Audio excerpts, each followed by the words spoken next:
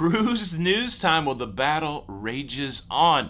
The battle against increased food costs. The battle against food wasters. We've got Carnival implementing price changes like we've never seen before. There's going to be some main dining room fans that are going to cry over this one. But that's not the only Carnival cruise news story. We've got a big announcement about their newest cruise ship. Royal Caribbean and Disney Cruise Line making announcements yesterday about their health protocols. I've got an update on that. And on this cruise, there's singles who are ready to mingle. And I saw an interaction last night that, I felt proud and a little skeeved out all at the same time. Cruise news and my views. Let's talk about it.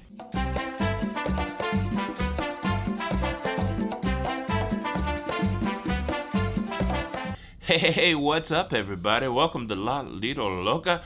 I'm your host, Tony, here with the latest cruise news and views for your face for November the 3rd, Thursday, 2022. Hope everybody is doing well out there. In yesterday's show, we talked about Carnival bringing back a popular perk.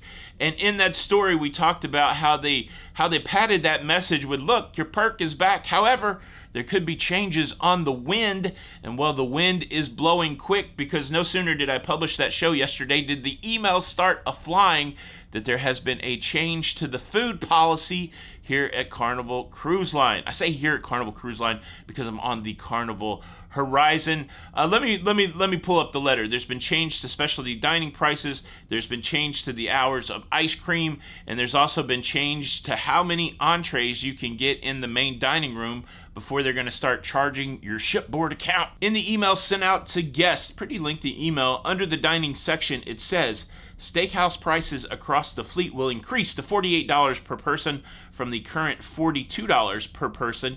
In addition, per person prices at specialty dining restaurants on specific ships, Rudy Sea Grill, Bonsai Teppanyaki, will also increase. These charges reflect the higher cost we must pay for these fine menu items. You want the good beef? You're going to have to pay up $6 more for the steakhouse. All of these changes I'm going to talk about, they take effect on November the 7th.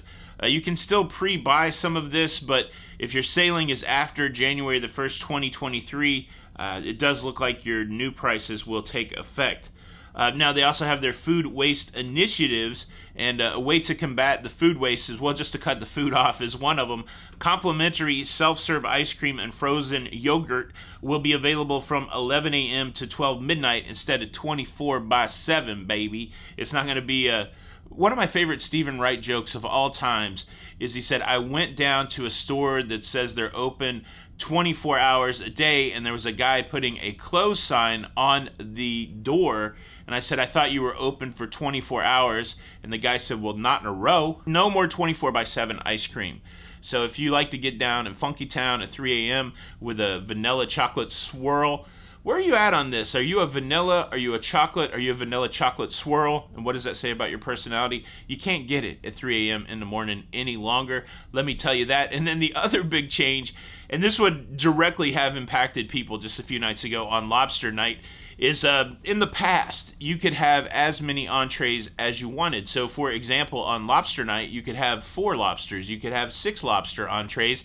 And I know people who have done it. I know people who will be impacted by this change. Well, now the rule is after that second entree, you can have as many as you want, but you're going to have to pay $5 per entree after the first 2. So if you want to have surf and turf, for example, on lobster night, if you want to have the prime rib and the lobster, well, that's your 2 entrees. Then if you'd like a second lobster tail or another portion of beef, or you want to try the shrimp or the Indian dish, well, that's going to cost you $5 onto your Sail and Sign account. They're trying to combat food waste. I'm assuming that would be the waste of the sides or something like that. But either way, if you are a multi-dish eater at the MDR, you're going to have to adjust how you do it or pay the price. Just go balling in the MDR. Come in there with a Benjamin, get yourself 20 extra entrees, rip your shirt off, and eat your food down while they're doing that Showtime dance. Dance. I hate the Showtime. I commented on it yesterday. There seems to be a flag in the ground where Carnival says we will not raise our base price, but we know for them to be successful as a business, which is what we want. We're not saying don't be successful as a business. You're going to have to claw out the profitability somewhere. And so if you're not going to charge more for your cruises on the front end, you're going to have to decrease your operating costs. And the easiest way to decrease your operating costs is to scale back some of the things that you're offering. And so extra food for nothing is one of those things they're going to scale back. We've already seen changes in room service over the past, and so now we're going to see a little less ice cream and a little more charge for the extra lobster tail. I hope it works out. I'm really not a multiple entree eater. It doesn't really impact me. I don't really eat ice cream in the middle of the night, so that's not too much of a big deal, but I know it will hit some people. Does this change bother you? What do you think? Leave a comment below. Cruise news story number 2, an exciting one for Carnival Cruise Line. They have taken ownership of the Carnival Celebration, the second cruise ship in the XL class of ships, the second LNG cruise ship for Carnival. It is their 50th anniversary ship. Celebrating Carnival's 50th anniversary, the Carnival Celebration. And it's also the 25th ship that they've added to the fleet. So there's a lot of good mojo going on when it comes to the Carnival Celebration. It was handed over at the Meyer Turku shipyard in Finland, and it's already making its way to Southampton to begin its voyages. I'm excited to see this cruise ship. I was on the Mardi Gras once during a very challenging time, so I don't feel like I got the full Mardi Gras experience, but we will be on the Carnival Celebration later on this month in November, and I'm looking forward to taking it all into my face. I can't wait to see what this thing has to offer. Exciting times for Carnival Cruise fans. When are you getting on the Carnival Celebration? What's the thing you're looking forward to the most? I'm really looking forward to getting back and trying another Shaq's Big Chicken and seeing some of the new shows. What are you looking forward to? Leave a comment below. Now we need to talk about Royal Caribbean and Disney changing their health protocols, and I think a lot of people will be excited about this. And I got to tell you about this smooth operator I saw at the blackjack table last night trying to make his moves on a young lady. It's a crazy story. But before I get there, let me quickly invite you to subscribe. If you like staying up to date with everything that's going on in cruising, please consider subscribing with the notification bell on.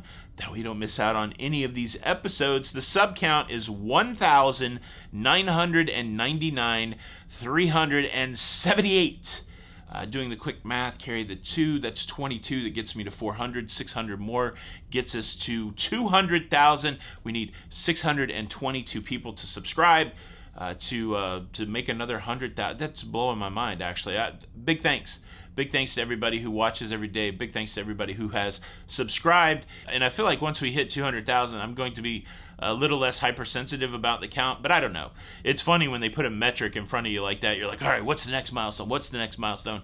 But honestly, Jenny and I are both having a blast living this cruise life, making this cruise show, and so feel so blessed and so lucky that we get to do it. So thanks everybody who watches and subscribes, and please hit the like button, all of those YouTubey things to make YouTube know that you're loving the YouTubey presentations of the YouTube stuff. Thank you in advance. All right, the big story. Royal Caribbean and Disney have both dropped their testing requirements for most of their cruises. This was something that many folks were waiting on. So here we go. For Royal Caribbean, the broad rule of thumb is no one needs testing. There are a few exceptions. Guests 12 and older who are not fully vaccinated on cruises from the United States and the Caribbean with stops in Colombia, Haiti, or Honduras need to take a test within 3 days before their cruise. All passengers 2 and older sailing from Australia also need to test prior to boarding, as do those 5 and up on transatlantic cruises. So really, it's there's only a few exceptions for Royal Caribbean. And for Disney Cruise Line, for cruises starting on November the 14th, passengers will no longer be required to take a test prior to boarding the sailings. Passengers 5 and older on sailings through November the 13th must either provide proof of vaccination or the results of a test taken between 1 and 2 days prior to the sailing. This now has Royal Caribbean and Disney falling in line with many of the other major cruise lines dropping their testing protocol. I know this is exciting news for many, probably many Disney cruisers waiting for this to happen. Are you impacted by this change? Leave a comment below. All right, let's talk about the guy I ran into last night who was single and ready to mingle. Let me give you some backstory. We're here on the Carnival Horizon. We have a group of a little over 100 with us, but there's also another group cruise on the cruise. It is a singles group that has well over 300 people participating in activities and participating in that single life. And look, I haven't been single for well over 20 years. I don't really know what it's like to be single in the modern paradigm. I don't know what it takes to meet somebody. I'm assuming that, technology plays a role in it.